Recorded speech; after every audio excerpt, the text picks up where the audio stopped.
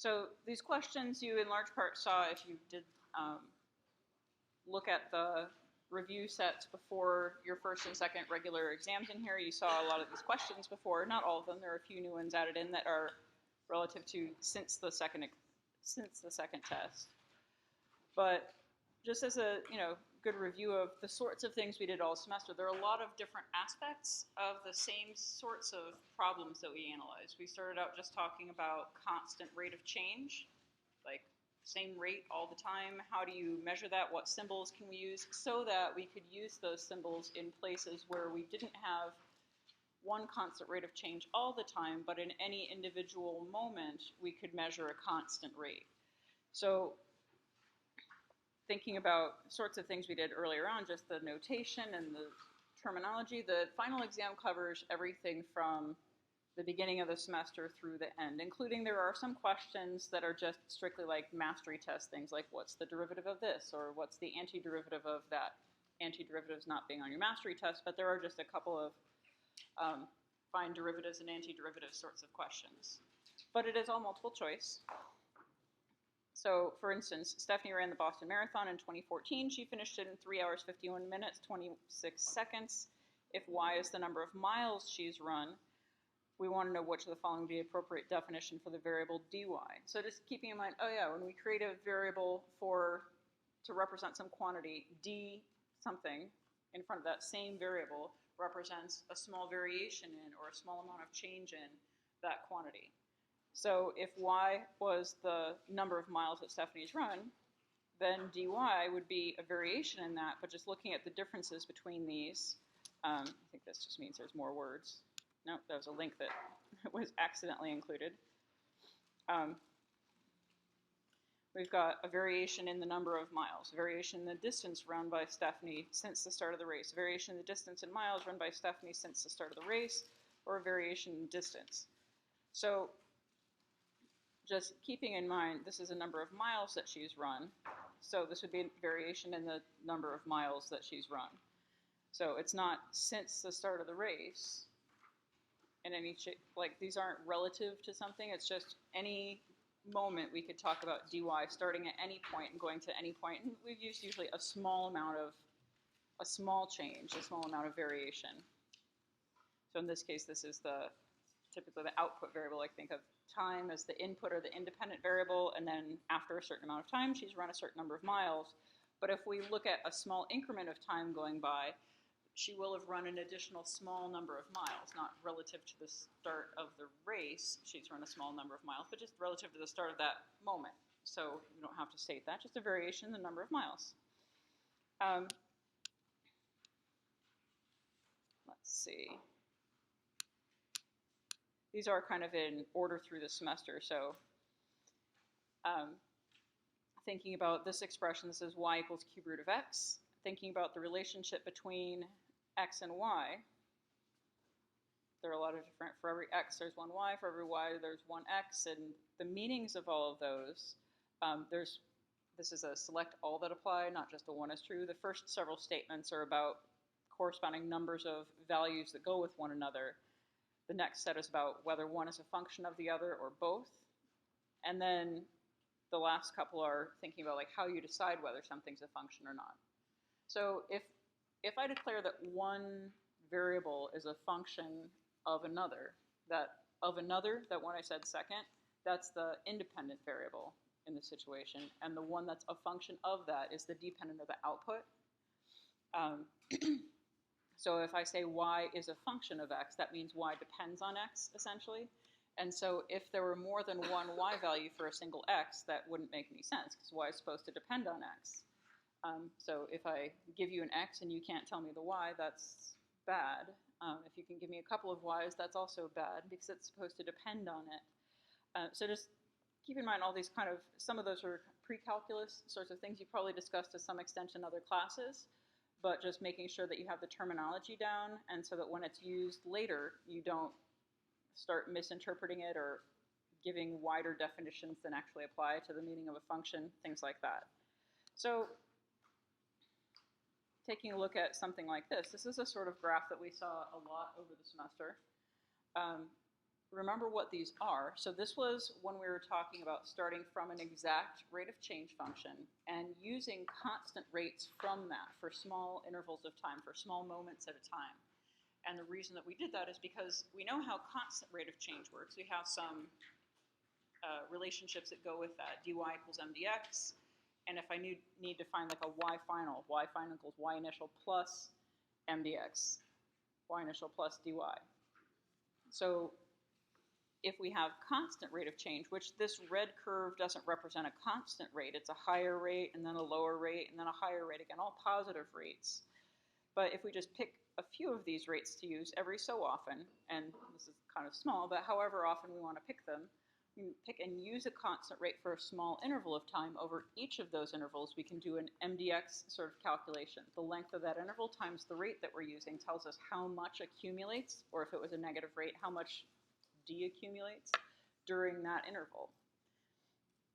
So the reason we did that is so that we could measure accumulation as an estimate, and then imagine how that goes together if we make smaller and smaller intervals. Although it would be tedious to actually do computations that way, we can express doing the computation that way, adding up all the accumulations over lots of small intervals using one constant rate per small interval, adding them all together to get a net accumulation from the beginning of when we started using this. We usually used a lowercase a for that, through any general endpoint that we want, through an x or through a specific number. But there's a lot of statements here. Remember the difference between the r with the subscript versus the r without the subscript, that we used as general practice was the subscript indicated it was an exact rate of change function, and without it, it was our approximate rate of change. But that's also shown in the diagram here. So r sub v is this red curve, and plane r is this approximate piecewise constant, this step function with the blue lines. So that's just plane r there. Skipping ahead to just kind of point out some other things. One of the things that we did with that application-wise is, well, here's a rocket whose velocity is given by, rate of change of its height in this case, is given by this function v of t equals t squared for time between 0 and 10 seconds after launch. The height's given in meters, and so the velocity is given in meters per second.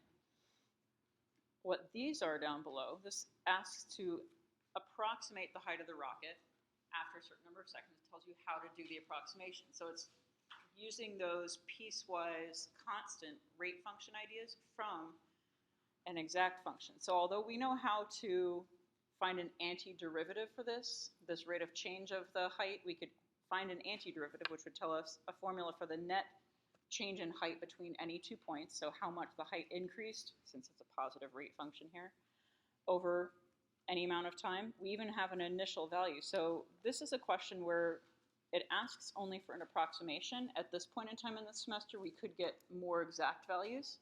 But thinking about using delta t values, increments of time 0.8 seconds, and starting at, let's see,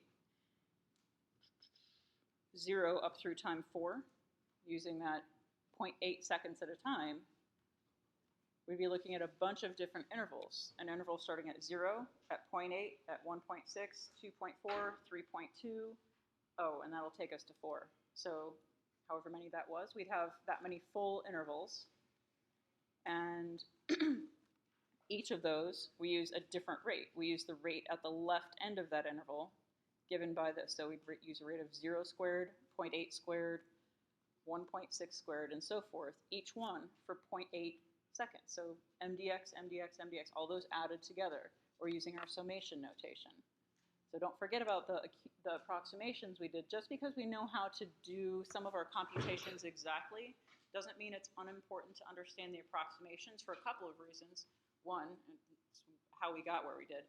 But more importantly, in a lot of cases, there aren't ways to do exact, especially this, exact antiderivatives, exact integration, and so approximation techniques are used in practice by people all the time. Well, they're done on computers because, as you know, doing approximations that are reasonably good involves, well, making really small intervals. And there's a lot of different techniques beyond what we did just using one constant rate for an interval. There's all sorts of names for them and sorts of computer programs, but it comes down to the same thing. Not everything can be if you think of like an antiderivative or an integral as undoing a derivative, not every expression is exactly the result of taking a derivative of a nice function that we know. So some you can do a lot of algebra and figure it out. Some just literally can't be done, so we just approximate them. And so it's good to understand the ideas of approximation, how they come to grow errors, how you can reduce those errors, and how you can express, even though it might be infinitely many terms long, or maybe even just like 2,000 terms long, how you can express that succinctly, getting across the ideas of what are the operations that we need to do in order to accomplish this estimation or this approximation. So let's see. So we moved on from doing we started the year just talking about constant rate of change. And then we worked with, well, what if I don't have a constant rate, but I use constant rates for small intervals in order to generate accumulation? Then we changed gears, and we started generating rate of change functions, derivatives, from accumulation functions, both visually and then with some algebra, and memorizing some rules along the way to make it faster so you don't have to do all the algebra all the time. But let me skip past the rate to accumulation stuff. And we even talked about this earlier. Sorry for the dizzying scrolling here. Just trying to do this quickly. All right, so, nope, those are optimization questions. So looking back at the graph questions here, this graph on its own, you'll see this over and over again. We can use it for lots of different things. But this graph in this particular question that I stopped at says, consider the graph of function f defined on negative infinity through infinity. And the question down below, which is a little hard to see, asks to find intervals on which the rate of change of f is positive. We did some of this on our test. If I ask you to find the rate of change, the intervals for which the rate of change is positive, the rate of change of f, and this is a graph of f, then the look I'm looking for is, oh, if the rate of change of this thing I'm looking at is positive, then I want to see it going uphill.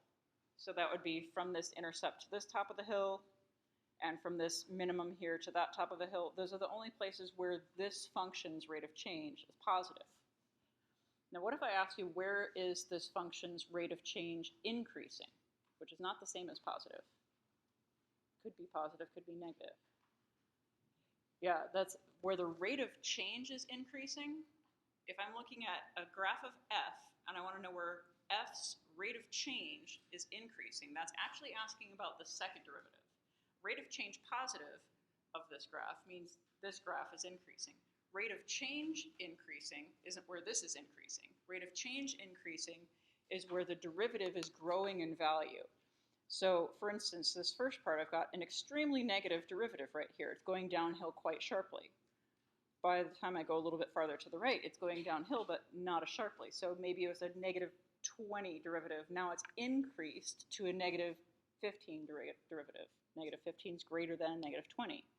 This whole section, and I saw some finger movements around the room, where it's curved upward from negative infinity, it seems like, till somewhere in the middle of this uphill stretch there. Where it's curved upward, that's the derivative increasing, going from a negative number to a less negative number to 0 to a small positive to a larger positive until it starts to flatten out again. So maybe somewhere around this negative 2.75 where I have the arrow, that's maybe about where the rate of change of this stops increasing and starts decreasing. Again, the rate of change is positive going up this hill. The rate of change is increasing if it's curved upward because it's changing from lower negatives to 0 to positives. But then it goes back to 0. So that's rate of change decreasing, derivative decreasing. So if you see when is the rate of change of this, you can think when is the derivative of this. So if you see derivative increasing or derivative decreasing, that's talking about the rate of change of the derivative being positive or negative, or the second derivative being positive or negative. If I told you that this was a rate function and I wanted to know when positive accumulation was happening, when the amount of whatever this is measuring is growing, well, that would just be between these two intercepts and this left end here. So I've got positive, if this is a graph of rate of change, I've got positive rates of change or something accumulating between negative infinity and negative 3, and then between 3 and 2. And then it never accumulates again. It pauses from decreasing for a moment there, but then decreases again if this was a rate of change function, which wasn't the premise in this question in particular. But just when you're looking at a graph, don't assume what it is based on the shape it is or where it is in the test. Make sure you read the descriptions pertaining to graphs. Make sure you attend to what the variables are representing, if there's a story associated with it. Make sure you understand if you're looking at a rate function, looking at an accumulation function, or are being asked about the rate of change of what you're looking at, or what it is that you're being asked for. Make sure you're careful about those, because we've dealt with all sorts of different directions of doing things. By this point in the semester, we've done every possible direction, I'm pretty sure. So, in any case then, to kind of go back to beginning of the semester. The semester so far, this was something I showed you, I think, back in the end of August, beginning of September. But we looked at change in a single quantity, and we measured change in that y final minus y initial is dy, or you could rearrange that y final as y initial plus dy. If dy is related to, or if y is related to x, if one affects the other, we can relate them this way. And again, the choices of y and x were just based on standard. Y is the dependent and x is the independent, and this is a normal way to express these. But regardless of which is dependent and independent, if you have two related variables, a change in one is equal to a change in the other times a constant, then those we can say are in a constant rate of change relationship, and you can put either variation on a side by itself. Like I could say dy equals mdx. I could solve this for dx also if it turns out that x was what I wanted to be the independent or the dependent variable, and y, or whatever it is, to be the independent. You just have a different constant. If they have a constant rate of change relationship in one arrangement, you can rearrange it. This is just regular algebra. You're allowed to move things around. So similarly, m, that constant rate of change, is that ratio between variations in y and variations in x. And defined this way, this is the equivalent statement. M equals dy over dx. So we looked at on a number line, if we have just a single quantity, having a starting point and then an increase or decrease from there, just at an increase for standard, pick one direction to go sort of process. Or if you have two related quantities, the dx and the dy were in perpendicular directions to one another, and the size of one was always a constant multiple of the other. If you have an exactly constant rate of change relationship all the time, you can pick any size of dx, and dy is going to be that same multiple of dx all the time. If you don't have a constant rate of change everywhere sort of relationship, like a lot of the things we've been dealing with this semester, then you just have to realize that every moment you could have a potentially different m to use. But within that moment, varying x by a little bit, dy will maintain approximately a constant rate of change relationship within any small moment. So that was back a million years ago. And then we moved on to talk about accumulation. So let's see if I can find the part that I want. So we worked with a huge, messy sum and had a lot of notation that went along with it. But our net accumulation was based on a sum of, this is the general format of it, some rate of change times a delta x for all our complete intervals.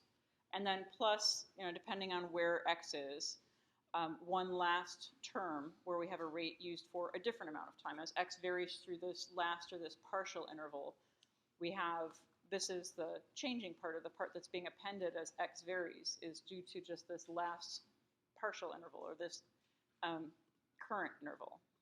So it's based on, though, this whole thing that we put together was based on changes in our dependent variable being a constant multiple of changes in our independent variable, just in small pieces at a time, as opposed to overall one constant rate of change for an entire relationship.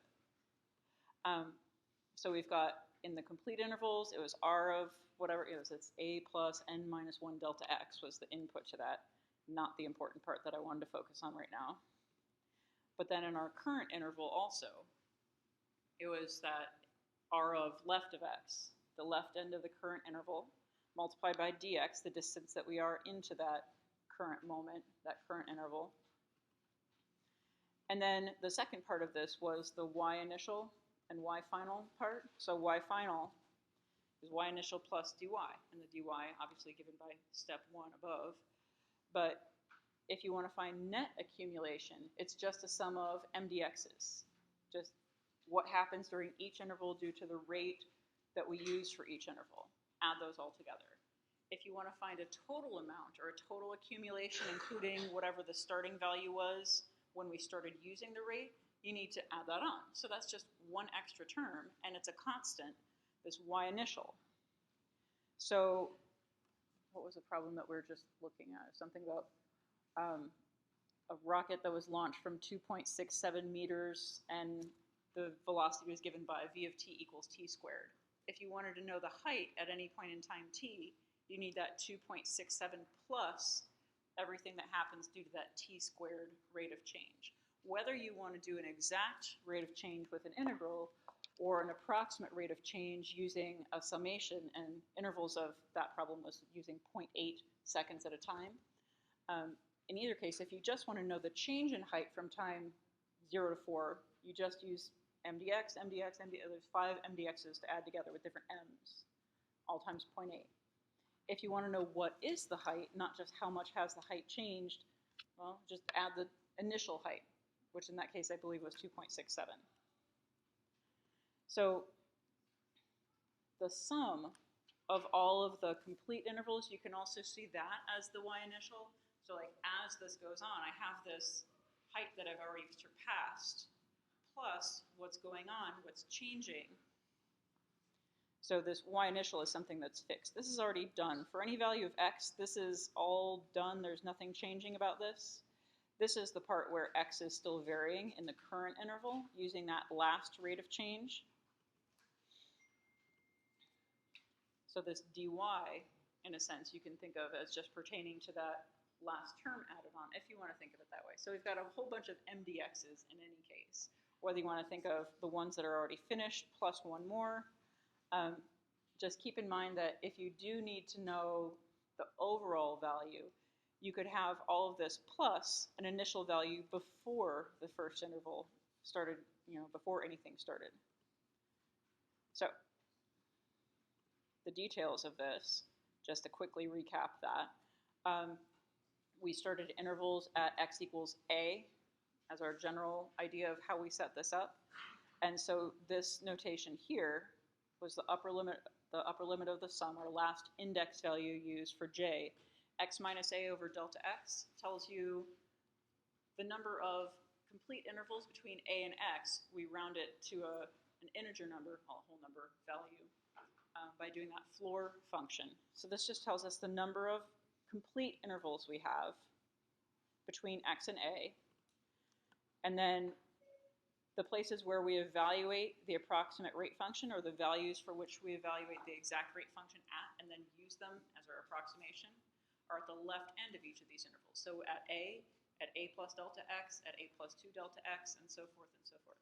So a plus, the first interval is at a, the second interval starts at a plus 1 delta x, the third interval starts at a plus 2 delta x. So the number of delta x's that are appended onto that a is 1 less than the number of the interval that we're on. That's what this whole j minus 1 business was. This is the rate function evaluated at a specific spot. This is the m part. Here's the dx part that's also part of that summation. And then there's our r of left of x, the rate at the left end of the current interval, and then x minus left of x, which is a way to express dx without using a second variable dx, however far x is past the left end of the current interval. So this part's varying as x varies, and this part's fixed, other than every so often this becomes one whole number larger. But it's kind of like a chunk that sits there until this complete interval, or this current interval part, becomes a complete interval. Then it gets tossed into the sum that's already the stuff that's done. So that was early on. And then I'm going to skip on to this. All right, so our process altogether, we did this was sand being unloaded onto a scale. And we had an exact rate of change function, an approximate function that we used every so often, depending on how often, depending on the size of our delta x, we got either a fairly poor or fairly good approximation of the accumulated weight of sand on the scale since time 0. So our approximate net accumulation function looks like this mess, the thing we just started out, where f was the f is the amount of sand on the scale. R sub f is the rate of change of that, the exact rate of change. To get the exact accumulation, you can get closer to it by making delta x smaller and smaller, but the notation we use to talk about exact accumulation is our integral that we've done a lot with since the time when we first saw this. So our exact net accumulation function, which gets the subscript for exact again, is an integral starting at same point a, going through x, any general x or a numerical value for x, using our exact rate of change function times a small amount of change in the independent variable. So I let t take on all the values from a to x and look at small variations in it at a time within that interval a through x. And that gives me the net accumulation, not just an approximation, but exactly, by imagining using all of the values, not just every so often. So this integral, remember, tells us about accumulation, exact accumulation over an interval. So it doesn't tell us an overall value of like sand unless we give it a starting value. So if there is no sand on the scale and then we just started at time A, then this would give us the amount that we had by time x for any x. If there was some at the beginning, like 200 pounds of sand were already on the scale, then I'd need to write 2 plus, because it's measured in hundreds of pounds, 2 plus a sub f of x, or 2 plus this integral, in order to get the exact amount or total accumulation of sand on the scale, as opposed to just the net since time a. So after that, we went back and forth a little bit in terms of topics. Let's see, what am I looking for? But we moved on pretty quickly through working from the first half of the semester, starting with rates and finding accumulation from them, until we started going the other direction. This is where we started doing derivatives, starting from an amount of something and trying to find rates. And we did that by, well, making approximate amounts. So if this f is the amount of whatever it is, sand on a scale, I could approximate how that accumulated and talk about the rate during each of those intervals by drawing what looks like average rate of change lines, like connect the dots, find the secant line between 2 points. So the red curve f here, if this was an exact accumulation, then a would be an approximate accumulation. Whether it's net or total depends on the story that might be associated with it. Anything could start at 0. But this blue one would be approximation of the red, where over each of those relatively small intervals, just big enough for us to look at, we can measure one constant rate of change. So from this, I could talk about, oh, the constant rate of change I'd use for this interval from 0 to delta x would be, well, connect the dots. I'd need some coordinates or a formula or something. And then the rate of change for this, again, it's just like a slope computation. So we talked about 2 different methods to do this. Using fixed intervals, which is what this is set up to show. Like, oh, well, for any x, I'm going to use the left and the right end of the interval, figure out r sub f of left of x or something from that. But that gets to be a little bit messy when we try to make smaller intervals, and it's a bit tedious. So what we moved to was these sliding intervals, which is where the h's came in. And we did a lot of algebra, so we can avoid having to deal with that in general. But coming up with a way to generate rate of change functions all comes down to doing slope computations, but slope computations between a general 2 points, x comma f of x and x plus h comma f of x plus h, describing how that works and doing a lot of algebra simplification to come up with patterns for how this would work in general. We did this with power functions. We did some stuff just kind of looking at patterns for trig functions and what seems reasonable. We didn't prove everything, but we proved a bunch of them with power functions and constants, obviously. But finding rate of change from accumulation involves finding slope, visually speaking, or change in y over change in x, that ratio, approximately, whether you have a formula or a picture or whatever you might have. So most recently, we talked about, let's see, let's play this one.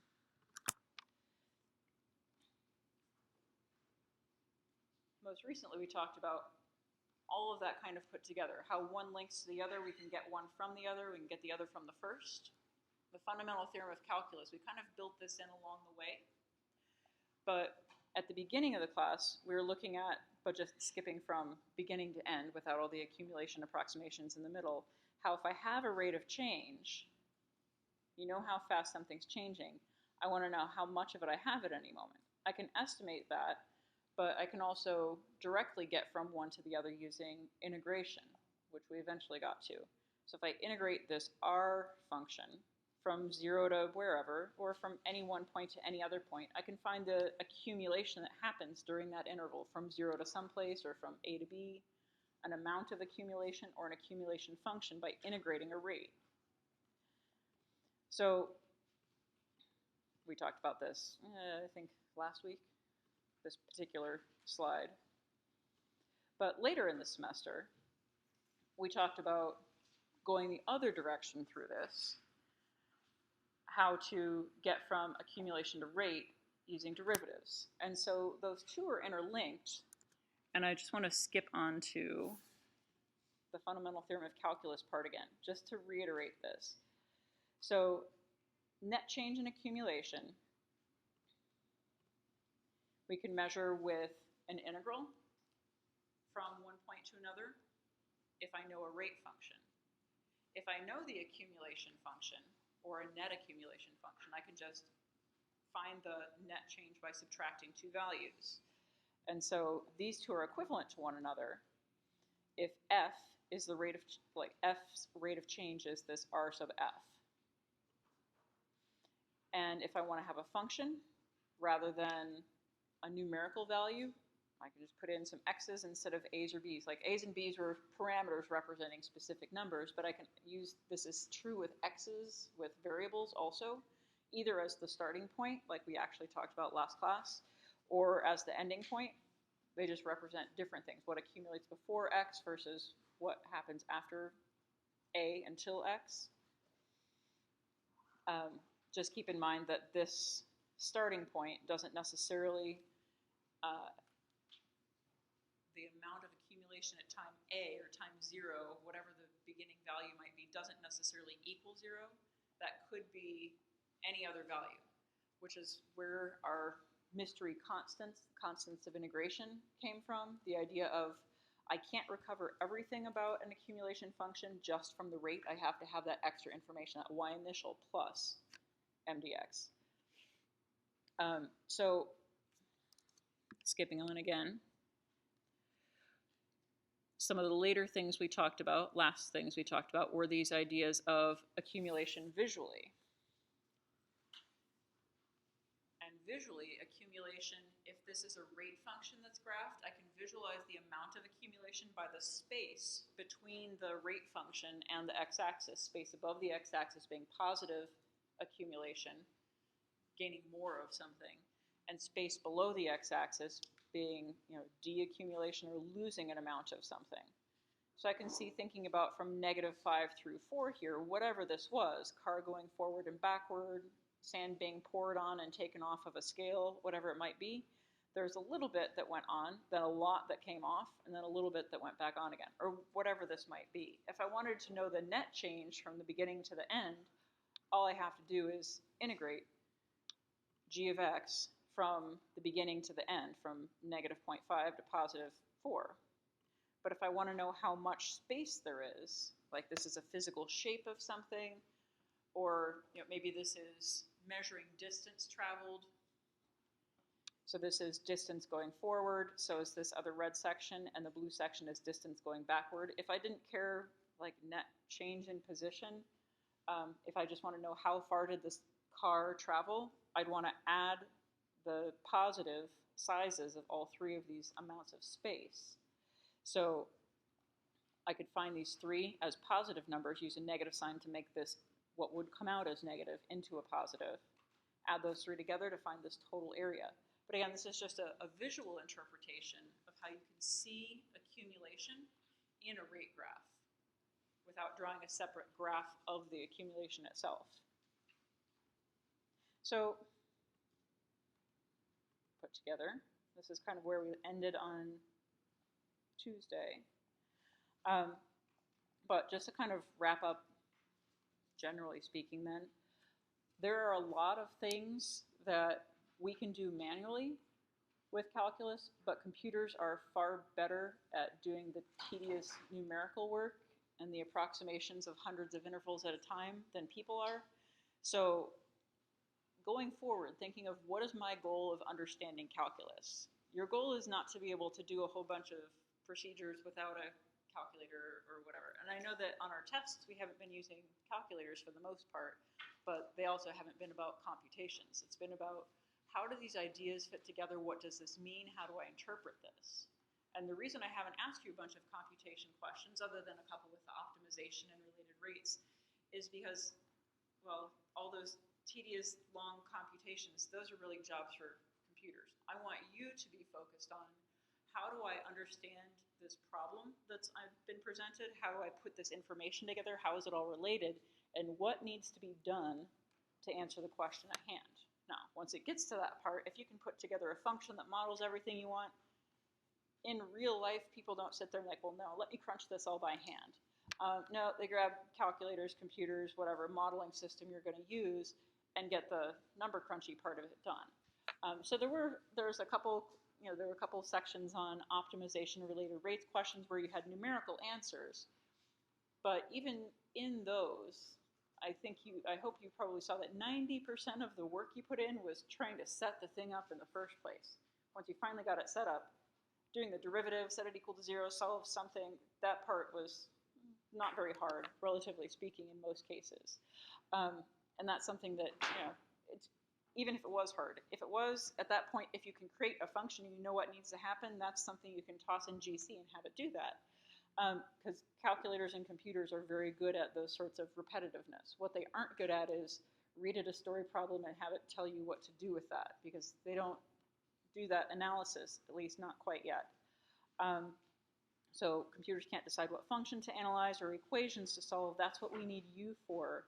So I hope that over this semester, maybe you've gotten a different appreciation for what we actually need to do in the 21st century in terms of math. It's not the same things that needed to be done in 1950.